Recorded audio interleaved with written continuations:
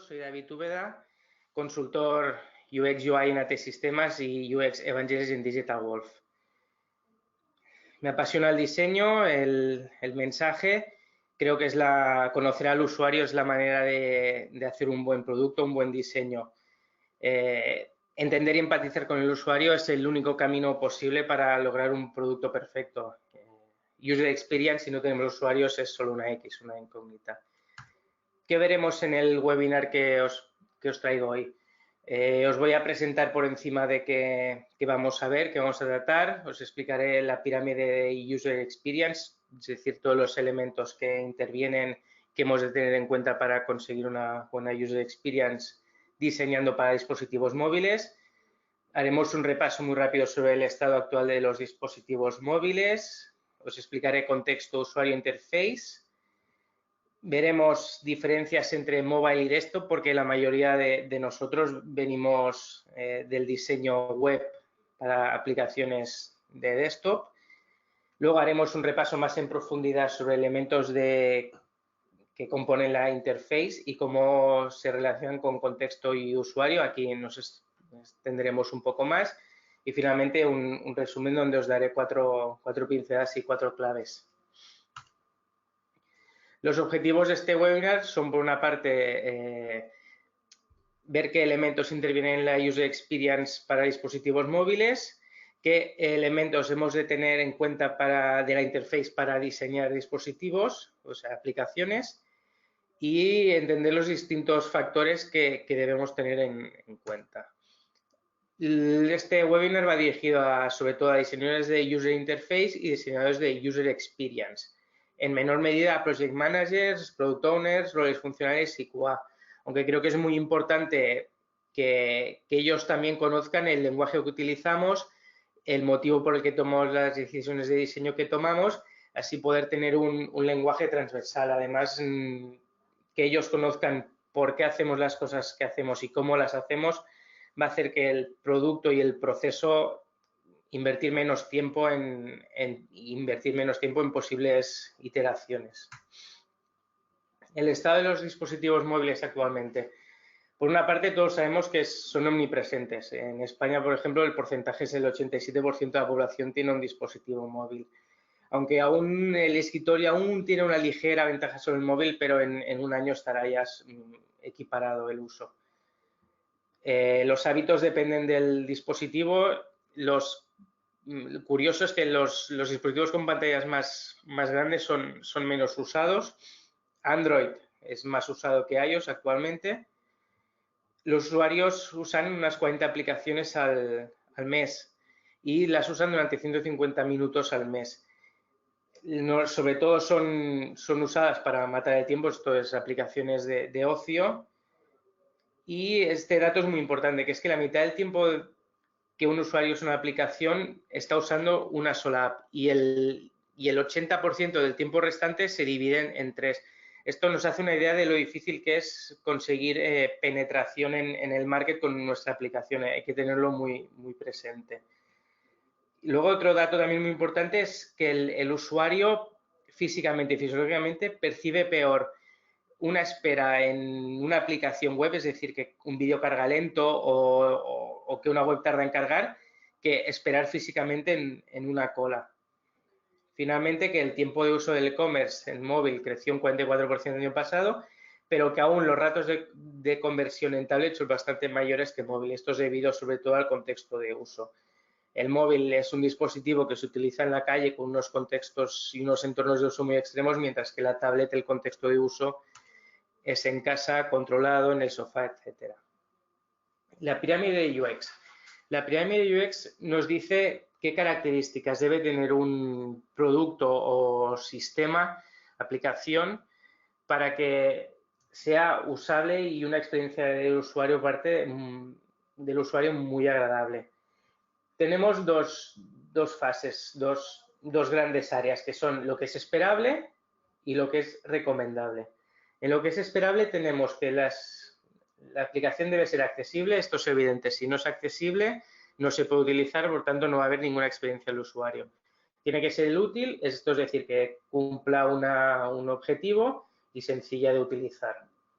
Y por encima ya, que es lo que llamamos recomendable o experience, que el usuario debe sentir una emoción al utilizarla y finalmente hemos de persuadir cambiando sus hábitos de uso. Por ejemplo, una aplicación que tiene o que consideramos que tiene un user experience muy bueno sería Instagram. Instagram es accesible, evidentemente, se puede utilizar, tiene una utilidad que es colgar fotos y compartir con nuestros contactos, es sencilla de utilizar y finalmente es una aplicación que emociona al usuario, tiene mucho engagement, el usuario que es Instagramer lo es hasta la muerte. Y finalmente es una aplicación que persuade y cambia los hábitos de la gente. La gente ahora, gracias a Instagram o por culpa de Instagram, nos echa fotos a la comida en los restaurantes. La pirámide de la derecha es como actualmente se enfocan cuando diseñamos un mínimo producto viable, normalmente tendemos a enfocarlo al producto y atacamos o nos centramos solo en capas de accesibilidad, utilidad y sencillez. Y dejamos la parte de arriba, lo que sería recomendable, nos decimos, bueno, lo dejamos para la siguiente iteración. Pero sabemos que en las siguientes iteraciones nos centramos otra vez sobre accesibilidad, utilidad y sencillez. En cambio, si enfocásemos el MVP al usuario, atacando o intentando llegar a la cima de la pirámide desde el principio, emoción y persuasión, el esfuerzo es menor que enfocarlos solo sobre los features, lo que es esperable, y las iteraciones posteriores van a estar siempre enfocadas a todas las capas de la pirámide. En UX hemos de tener en cuenta siempre el usuario, la interfaz y el contexto. Contexto. Esto es, seguro que os ha pasado estar utilizando una aplicación en un contexto extremo. Por ejemplo, aquí os pongo el ejemplo de una aplicación de autobús, de horarios de autobús a las 3 de la tarde, no sabes dónde estás, hace mucho sol. La experiencia que vamos a recibir sobre esta aplicación va a ser muy, muy mala. El contexto de uso dentro de la experiencia de usuario corresponde a las condiciones particulares y motivaciones en las que un producto, tangible o intangible, se ha utilizado. Ataca tanto a motivaciones del usuario, por qué la está utilizando, dónde la está utilizando, cómo y por qué. El usuario. El usuario es la persona que va a utilizar nuestra aplicación. Cuando diseñemos algo, hemos de tener siempre, siempre presente que al final el usuario es una persona. En UX, el usuario corresponde tanto a características físicas, intelectuales, culturales y emocionales del usuario del producto, bien sea tangible o intangible. Y finalmente, la interface. La interface es el canal de comunicación entre máquina-equipo, computador-dispositivo y el usuario. Es decir, los botones, los controles, las áreas interactivas. Este webinar se va a centrar mucho sobre todo en la interface.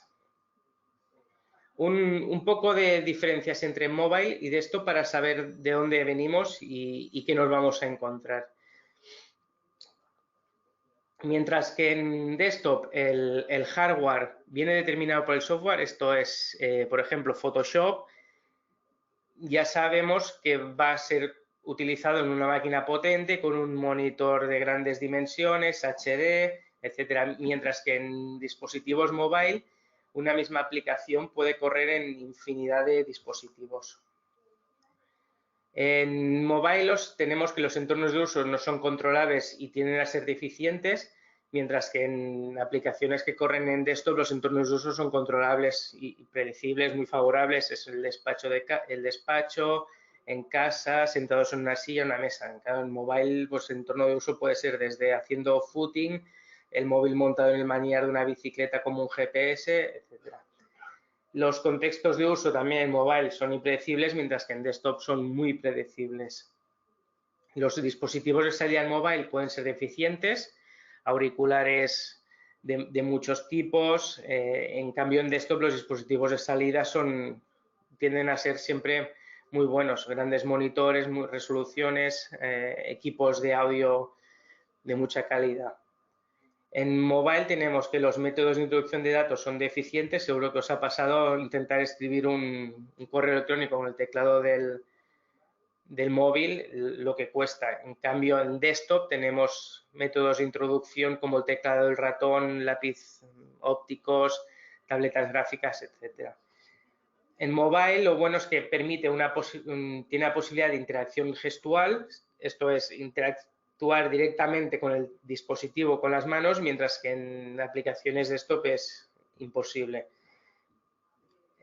Mobile tiene dependencia energética, esto es, la batería es la que es y si lo utilizamos mucho se acaba. En cambio, en desktop normalmente siempre tenemos un enchufe donde tenemos el ordenador enchufado y a la corriente eléctrica. Mobile la conectividad es limitada, mientras que en desktop la conectividad es ilimitada. Mobile tenemos cinestesia, esto es, es el movimiento que tiene el dispositivo en el espacio afecta y puede modificar el uso, en cambio el desktop está fijo en el espacio.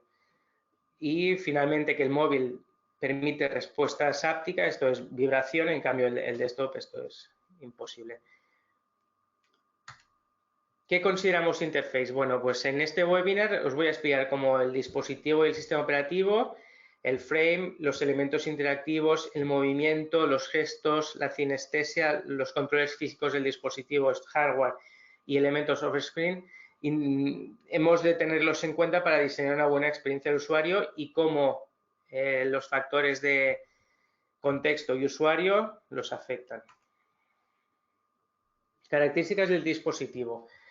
Es necesario establecer las características de los dispositivos para los que estamos diseñando y determinar de alguna manera el dispositivo ideal donde va a correr nuestra aplicación que estamos diseñando. ¿Qué hemos de tener en cuenta? Pues tamaño del dispositivo y las pulgadas de la pantalla. Si es un terminal potente, si tiene memoria, si tiene almacenamiento.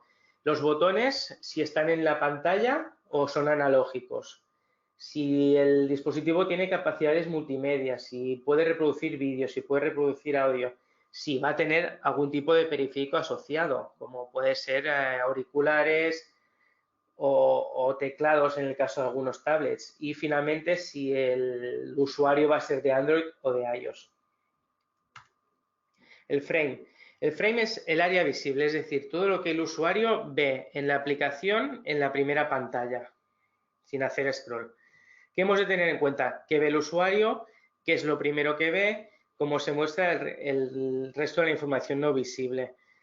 La información que se muestra viene determinada siempre por las características del dispositivo, esto es el tamaño, y hemos de tener en cuenta las necesidades del usuario que está utilizando la aplicación y cuál es la finalidad de la aplicación.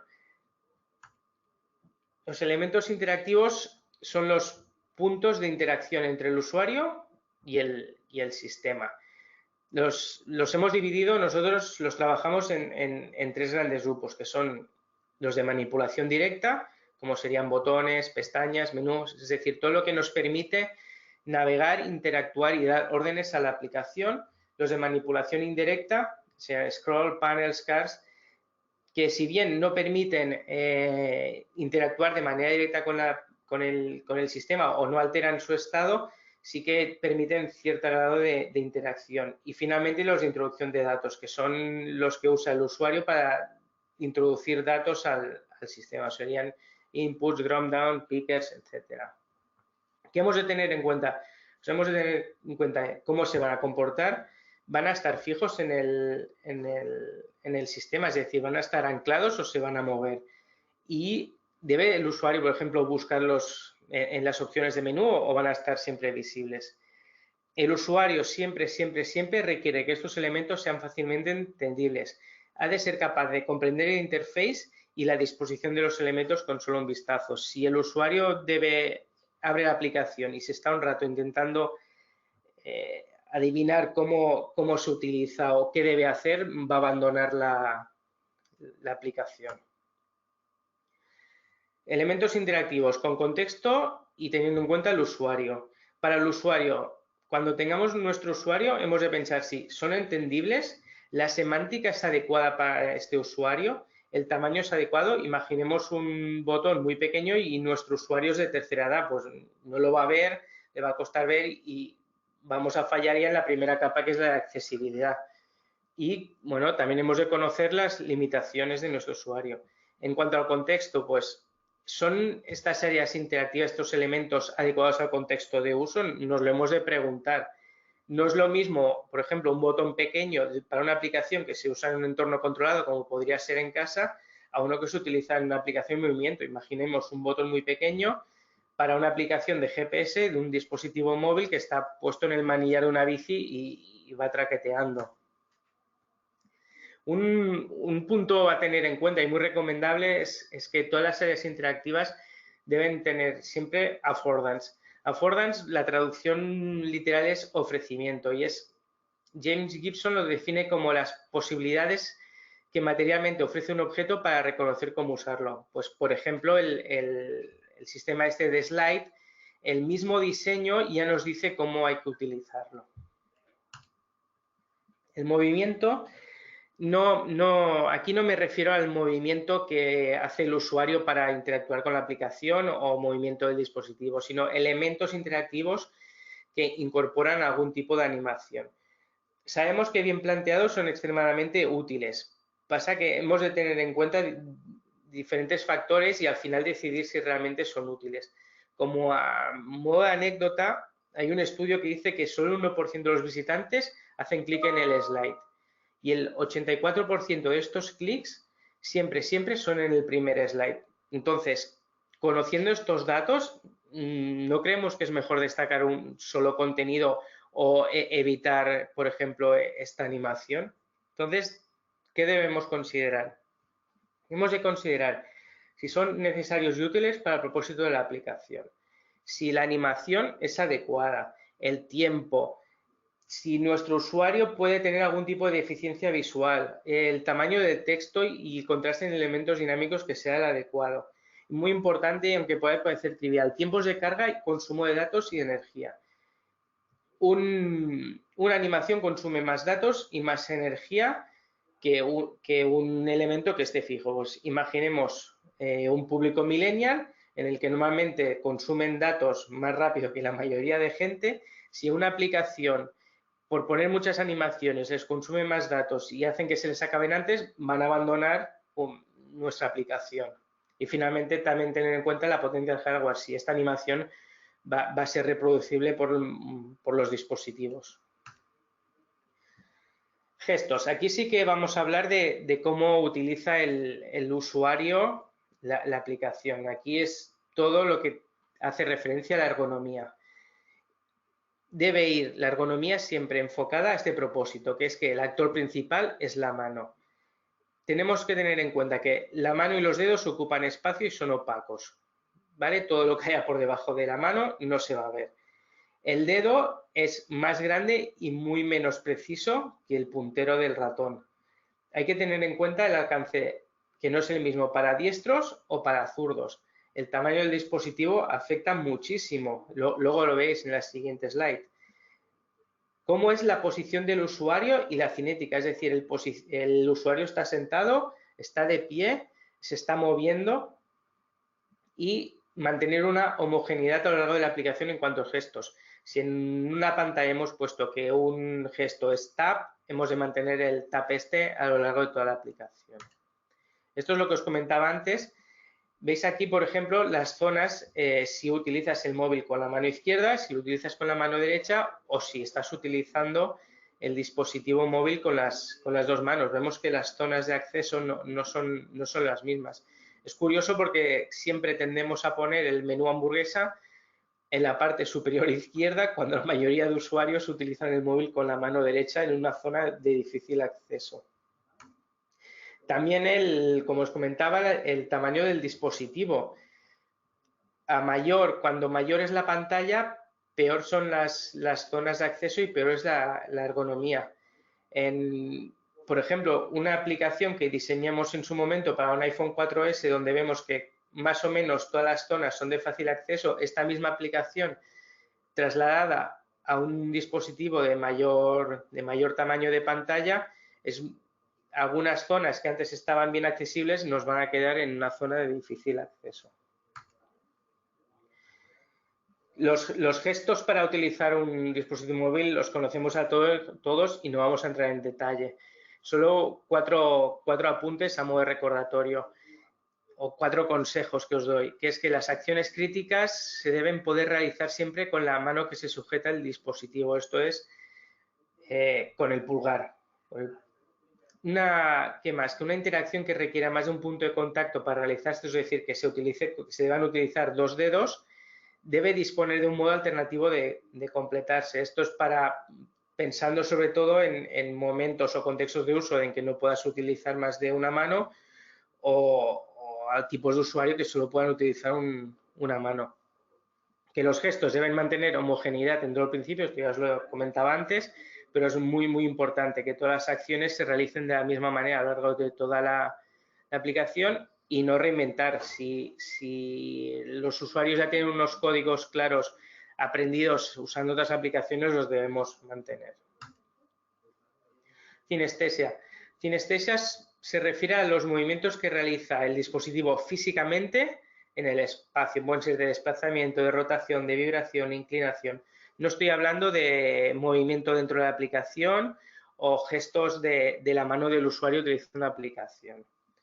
Los dividimos nosotros en 2 grandes grupos, que son relativos a interfaz, que son movimientos realizados con el propósito de interactuar con la aplicación. Por ejemplo, pues rotar el móvil 90 grados para cambiar el encuadre de la cámara o en iOS que puedes agitar el dispositivo para borrar el texto que estás introduciendo.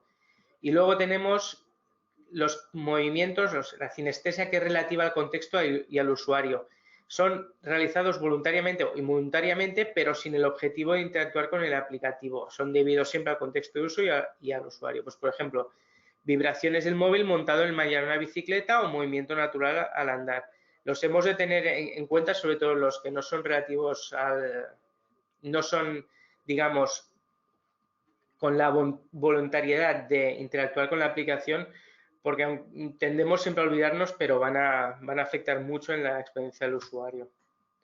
El hardware se refiere a todo lo que no es pantalla. Esto es, pues, por ejemplo, botones físicos del dispositivo, auriculares, altavoces y micrófonos, dispositivos de sonido, los giroscopios, que es el dispositivo de hardware que controla la cinestesia del teléfono móvil, los wearables y teclados y punteros. Si bien estos mecanismos de interacción con el usuario vienen establecidos por el fabricante, la funcionalidad siempre puede ser personalizada, ¿vale? Por ejemplo, los dispositivos, no sé si Android, pero sé que iOS, para hacer una foto puedes hacerlo bien desde el botón del aplicativo o con el control del volumen. Esto sería, pues, un muy buen ejemplo. ¿Por qué debemos tenerlos en cuenta? Por la experiencia del usuario, a un buen uso van directamente a la capa emocional. En general tienen una ergonomía mejor y más estudiada que los controles que podamos poner dentro de la pantalla y realmente son muy accesibles. Ya estamos acabando, los elementos off-screen elements, como pueden ser sonido, vibración y blinking, son respuestas sonoras, ápticas o visuales de la aplicación que se producen fuera de la pantalla.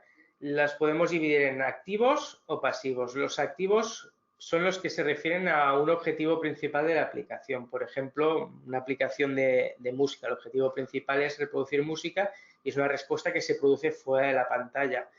O puede ser un canal de comunicación no exclusivo, por ejemplo, una aplicación de GPS que aparte de las indicaciones en pantalla nos las reproduce de manera sonora.